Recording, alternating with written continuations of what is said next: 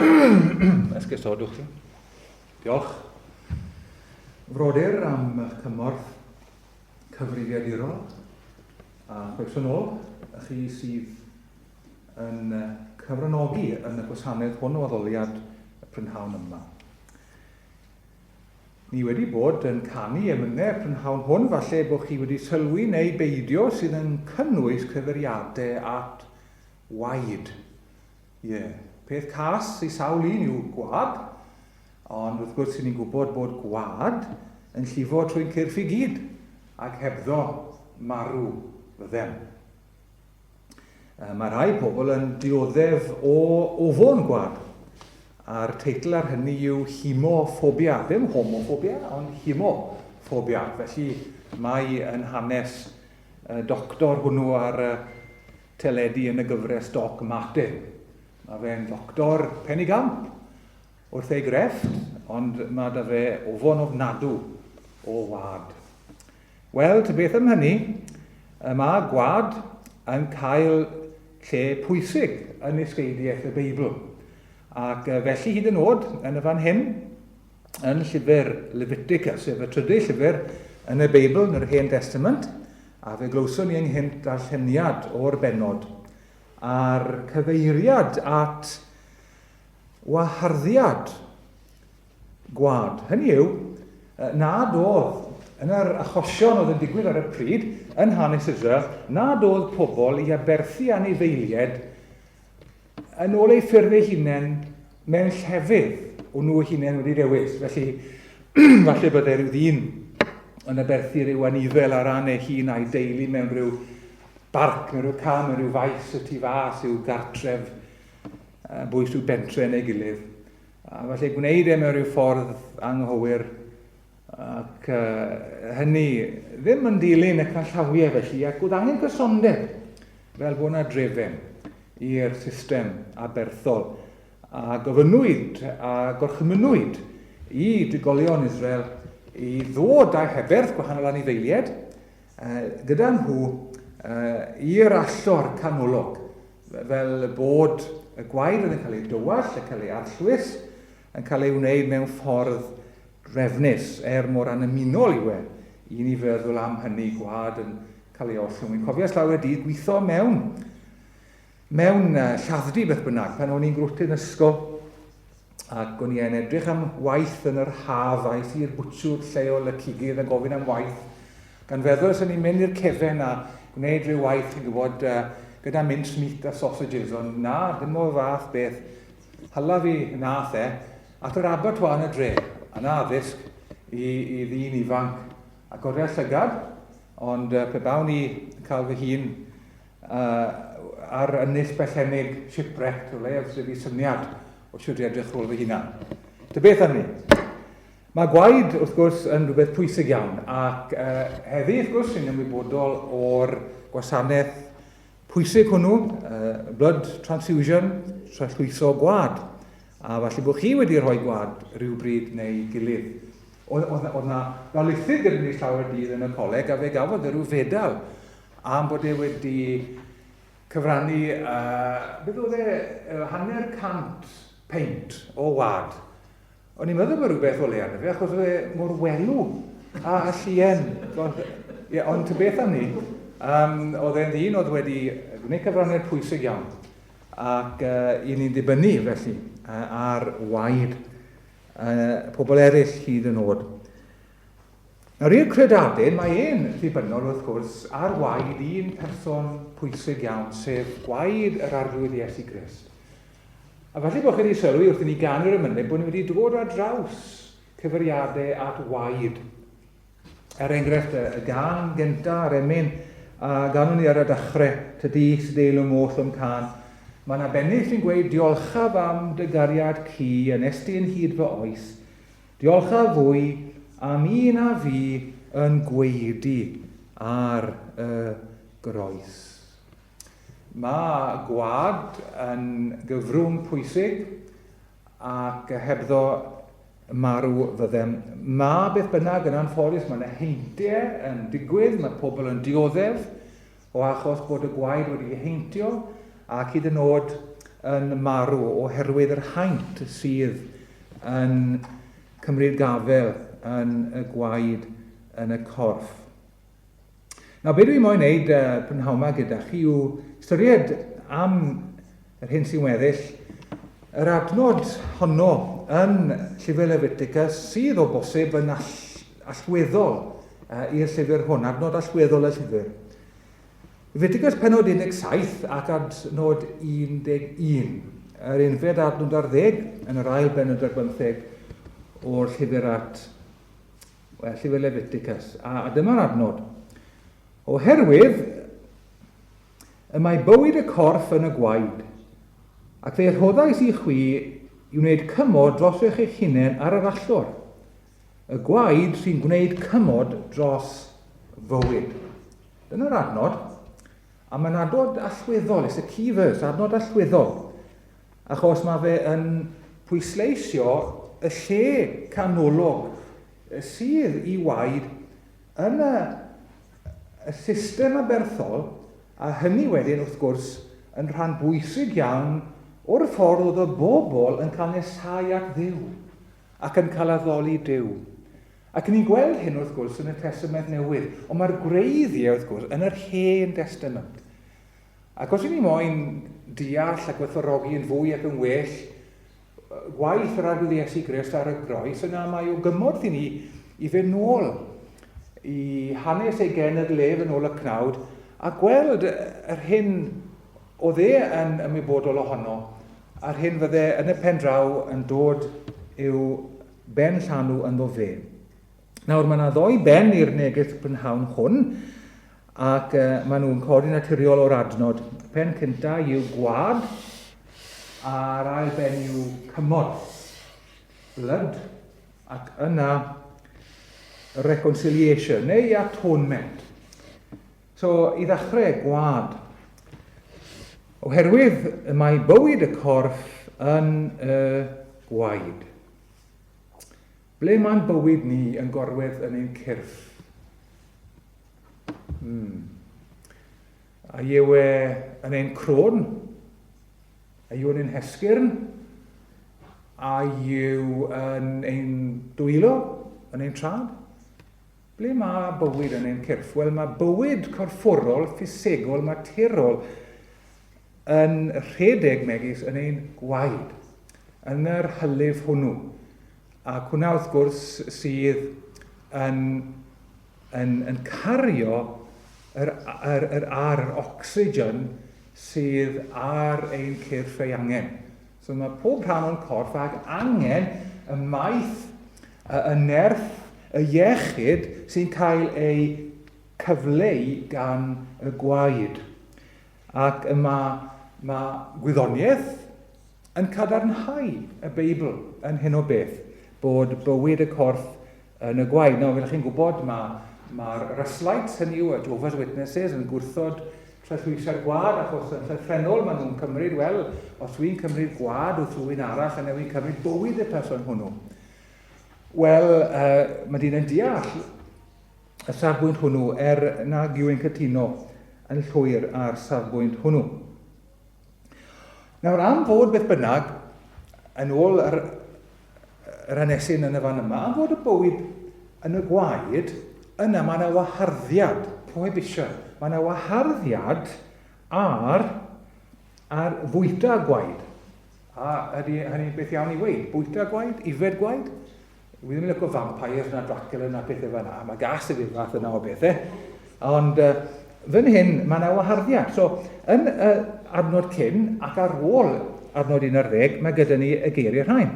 Adnod 10, os bydd unrhyw un o di-Israel neu o'r estroniad sy'n byw yn ei misg yn bwyta unrhyw waed, byddaf yn gosod y wyneb yn erbyn y sawl sy'n bwyta gwaed ac yn dorri ymaith o blith ei bobl. Ac yn adnod 12, mae'n gweud hyn. Dyma pam mae dwedas wrth bobl Israel, nid yw'r un ohono chwi nac unrhyw estron sy'n byw yn eich misg i fwyta gwad. Ac i fi bersonol, mae hwnna'n reswm pam na dwi'n licio bita steg yn ro. Yn amrwd, crau. Mae'n licio bita cig a gwaed, well y fi beidio. Ond y beth am hynny? Dyma'r gwaharddiad a rheswm yn syml iawn achos bod y bywyd yn gwaed. Nawr, yn ddiddorol iawn, allan ni weld yr un gwaharddiad nôl yn llyfr Genesis, penod 9, adnod 14. Chi'n cofio'r hanes yn y fan honno. Chi'n cofio hanes y dyn hwnnw Noa.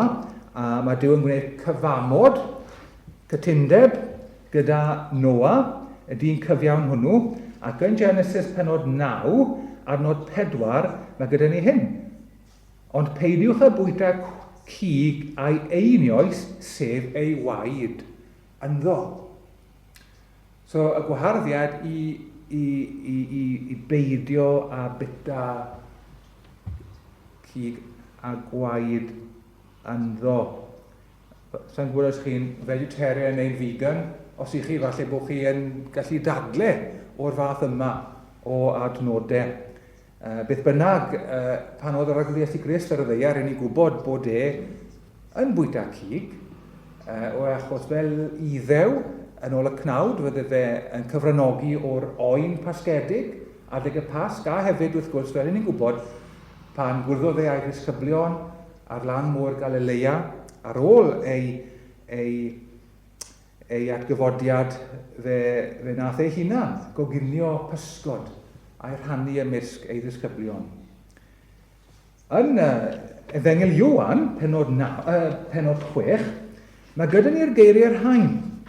A dwi'n cyfeirio at yr rhain achos mae'r rhain yn eiriau pwysig. Nawr, wrth ddarllen y Beibl, mae yna wastad peryg bod ni yn gallu gor-lythrenoli, os lygwch chi. Hynny yw bod ni'n cymryd pethau'n rhy llythrenol.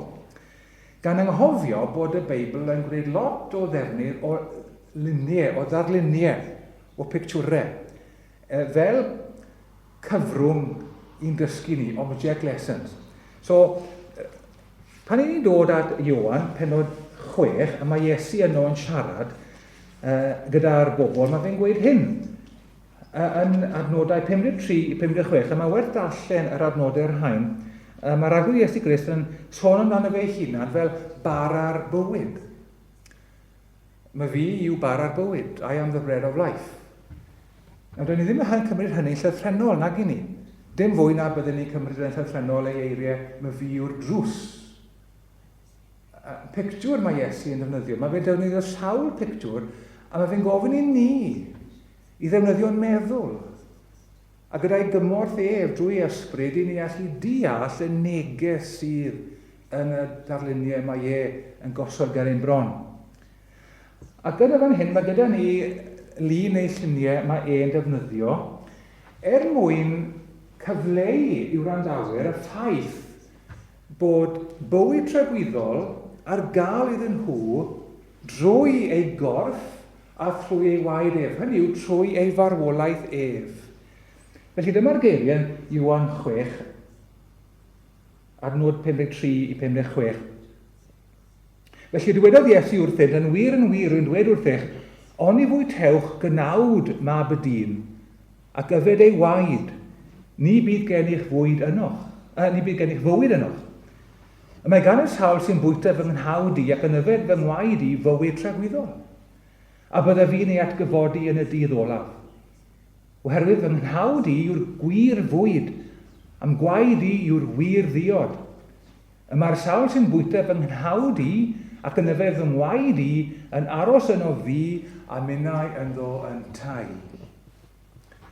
Nawr o'r arolwg gyntaf, na ddangos bod Iesu yn gweud, a fel hyn oedd ei randawyr yn dehongli eiriau. Oedd fe'n gweud bod rhaid i ni fwyta i gorffau a yfed ei waed, canibalistiaeth yw hynny. Ond wedi camddeall wrth gwrs.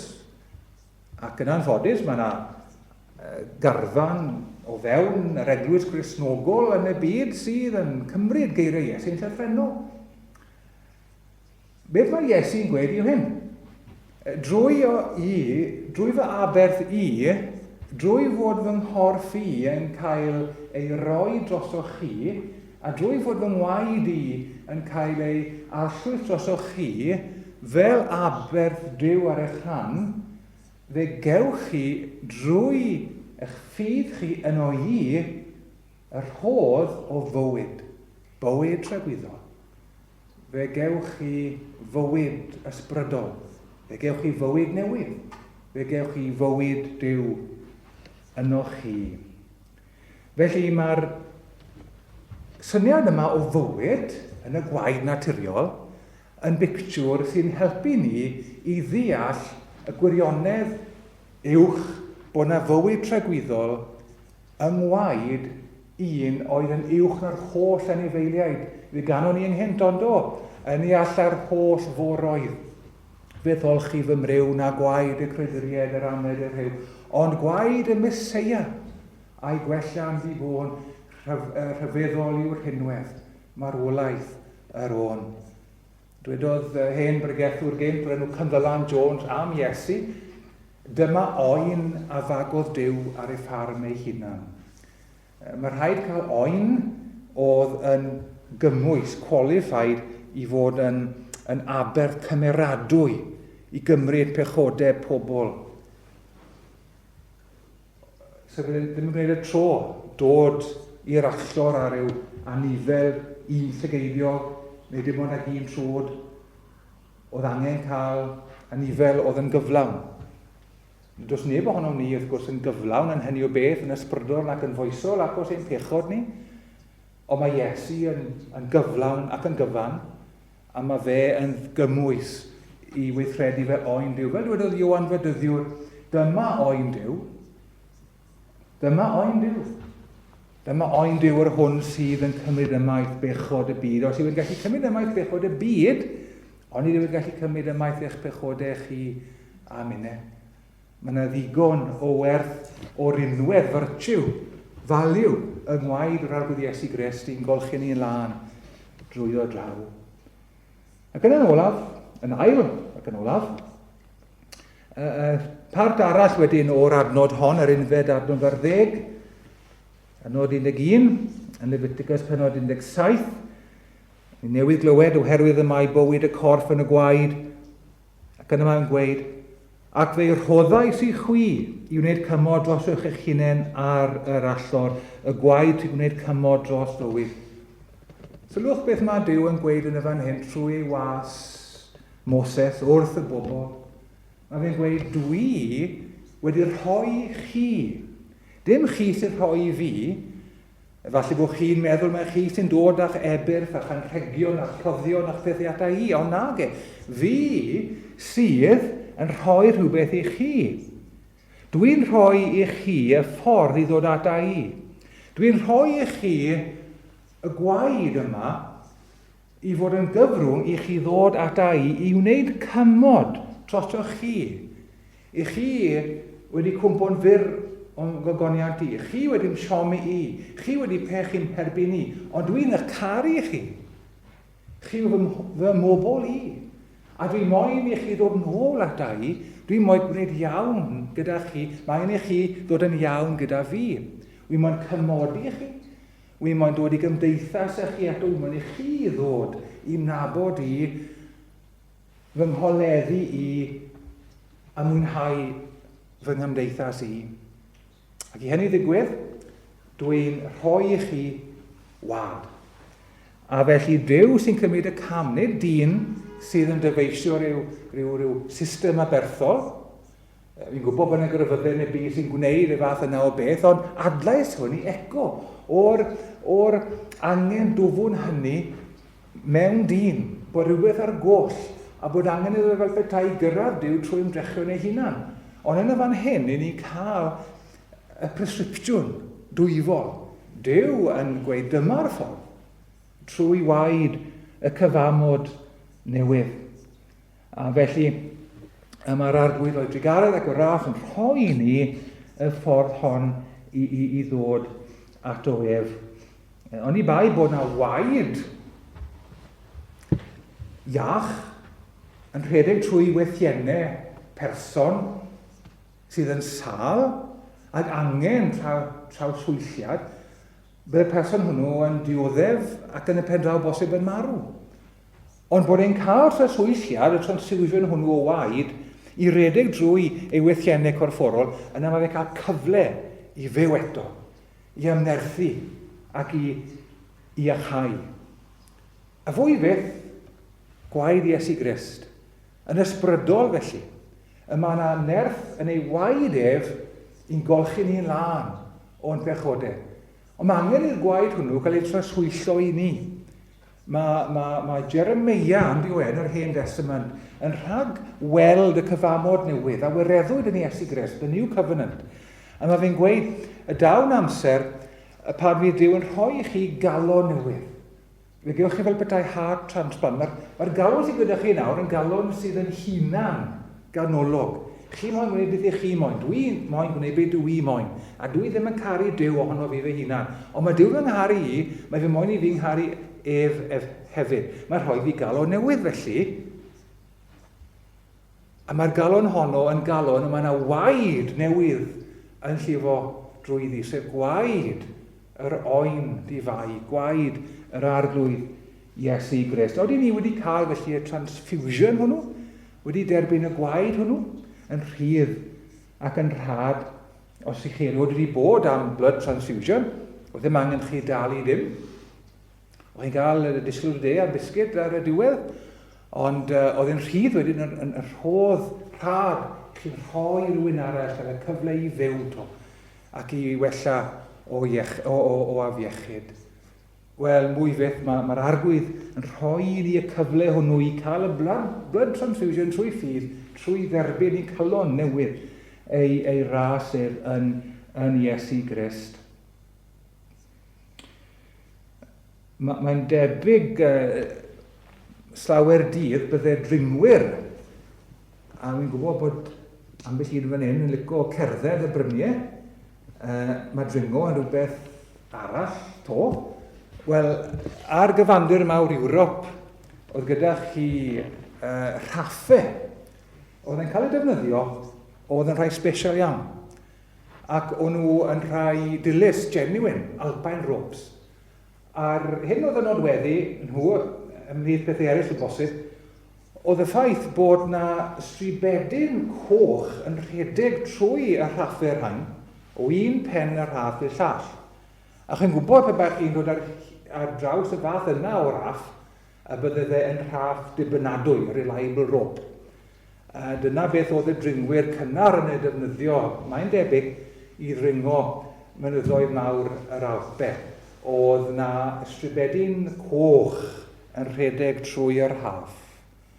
A mae hwnna i ni fel rhyw fath o bictiwr o'r ffaith bod gwaed Iesu Grist i redeg drwy ein bywydau ni, a bod hwnna yn ddigon cryf a dibynadwy i'n cynnal nynnu hefyd ar greigiau ansefydlog bywyd.